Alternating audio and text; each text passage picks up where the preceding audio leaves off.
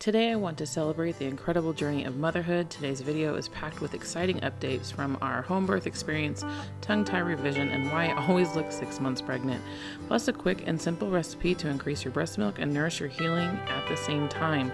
As always, I'm sharing the real raw moments, so grab your favorite cup of coffee, find a comfy spot, and join me for this heart-to-heart update. Let's dive in.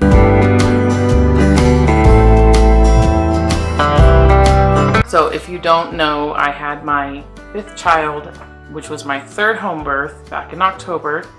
He was 11 pounds 9 ounces. My 2 prior home births were 11 pounds 12 ounces and 11 pounds 14 ounces. Neither of those 3 did I have any issues with birthing at home. The first 2 that I had in the hospital, there were complications that were medically caused by their interventions, which led me to the home births. So the only time I've ever had any complications with birth were my 2 in the hospital. My first one, I was preeclamptic, so I was induced, so that is a little different. Don't really count that. My second one, those were medical interventions that caused issues. So since my most recent home birth, the one that was born 11 pounds 9 ounces, he had his tongue tie revision done postpartum day 3. He was 3 days old. We took him down to our pediatric dentist that did my previous child's tongue tie. So all my children have had tongue ties. My first one, I didn't have a clue what it was, but we didn't thankfully have any issues with breastfeeding. The second one, no one believed me. It took 2 months to be taken seriously, and finally have his revised, and it was a lifesaver. And then my 3rd and 4th got done relatively quickly, and same thing with my 5th. The first few days, if you have a baby that is tongue-tied, one of the easiest ways to know that they're tongue-tied is if there's a painful latch, if you are cracking, bleeding, if they're not able to move their tongue. You can have lips and cheek ties as well along with it. So breastfeeding should not hurt. It may be a little discomforting in the beginning, especially if it's your first time, but it shouldn't hurt. You shouldn't have cracked and sore nipples. You shouldn't have any of that. So I would highly recommend, if that is your case, if that is something you're concerned about, if you have a history of getting a nipple shield, and then also seeing a lactation consultant and potentially a pediatric dentist as soon as possible. Start getting recommendations if you're pregnant on who people have used in the past. Call and find out their policies. See what you need to do. Being prepared is going to set you up for the best possible success.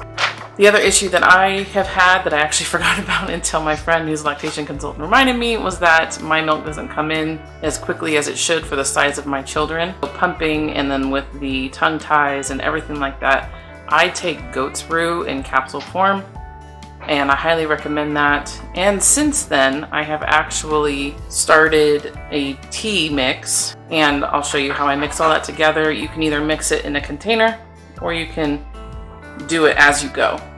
So this is a tea mixture that I have made over my research, and I'm using it currently for my postpartum. I am 16 weeks postpartum at this point, and this tea has been a lifesaver and actually has caused me to have overproduction of milk. So basically, this is my preparation of large quantity. So that's 2 parts nettle and 1 part alfalfa, oat straw, and red raspberry leaf. If you are new to herbs, when I say 2 parts to 1 part, 1 part, 1 part, that means essentially whatever quantity you are making the part. So for example, to make this large quantity, I made the part 1 cup. So I did 2 cups of nettle to 1 part of alfalfa, 1 part of red raspberry, and 1 part of oat straw.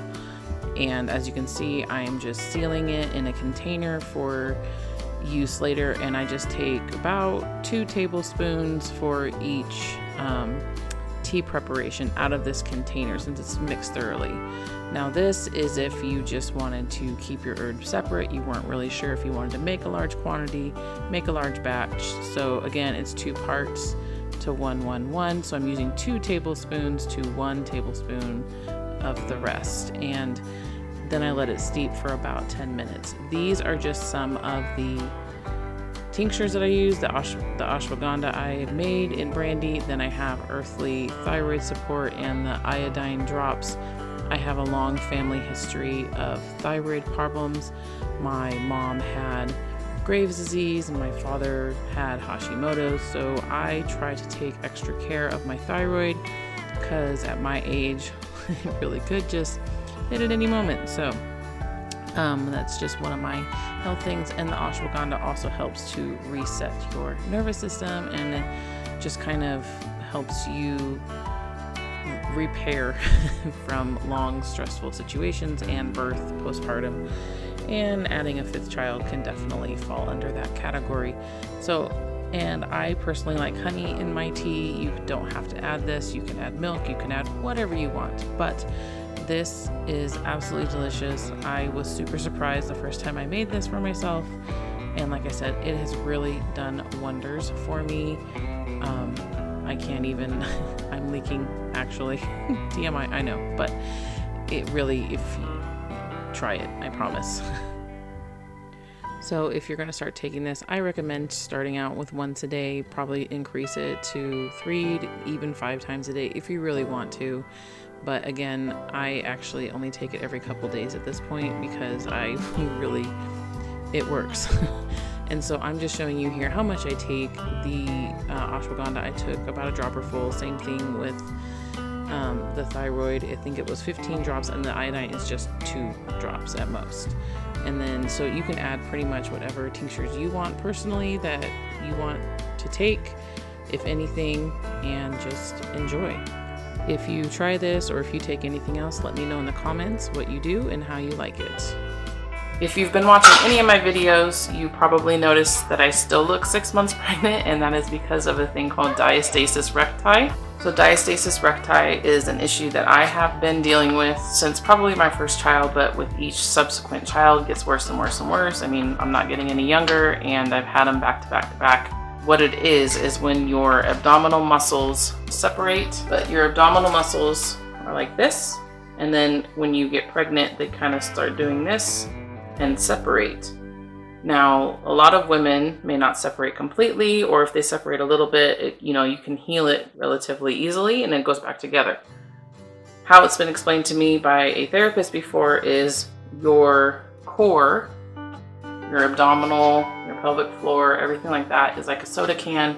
You kick one side in and you're not going to be as stable. So my diastasis recti, with my abdominal wall being so stretched apart, which I think they call it 4-finger spacing, because you can do it by like a finger, 2 finger, stuff like that, kind of to see how large the gap is. Mine is at least 4 fingers, if not a little larger, after all these 11+ pound babies.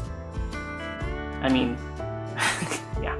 So I'm not pregnant again. I just look like it still. And the reason is that what I use to help support my back, because when I don't support it, especially in the mornings after sleeping on my side, I get sciatica pain that goes down my left hip into my foot. It's from my, I think L5 to S1, I believe the last time I had it checked. So chiropractic care and omega, stuff like that is really what's going to help you. But there's this thing from Kindred Bravely. It's an abdominal binder.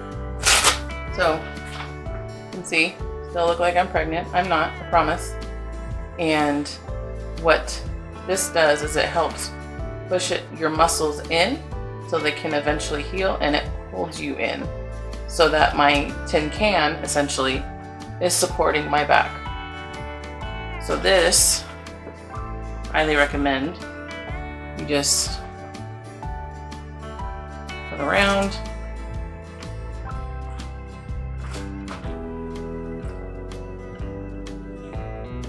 And it holds you together and it pushes everything down. So it is supporting my back. You can even see it has these little, I don't know, supports. But I wear this constantly around the house to help keep me from hurting my low back, because this is pretty bad and I get really bad back pain. This has been a lifesaver for me for several pregnancies, and I highly recommend every woman have something like this to use postpartum. So with the tea that I've started drinking, it's a uterine tonic, and it's also vitamins and minerals. Nettle and red raspberry tea are phenomenal. Alfalfa and oat straw are phenomenal. And I can't drink it every day because it really helps me produce way too much. My poor child sometimes chokes on it. So if you're struggling with milk production, or you just want something that will nourish your body and help you to heal, because society may tell us that we should be healed by 6 weeks when we go to our healthcare provider at 6 weeks, and they say, okay, good, you're good to go. No, that's just a small window. It really takes us about a year for us to get back to normal, or get back any of our vitamins and minerals that we may have depleted during pregnancy. For more information about the herbs that I shared, please go ahead and check out my blog post. I have it listed in the video description. And there's a lot more best herbs for different ailments on there. Go ahead and hit the like and subscribe, and let me know in the comments if you found this helpful or not. And I will see you in the next video. Bye.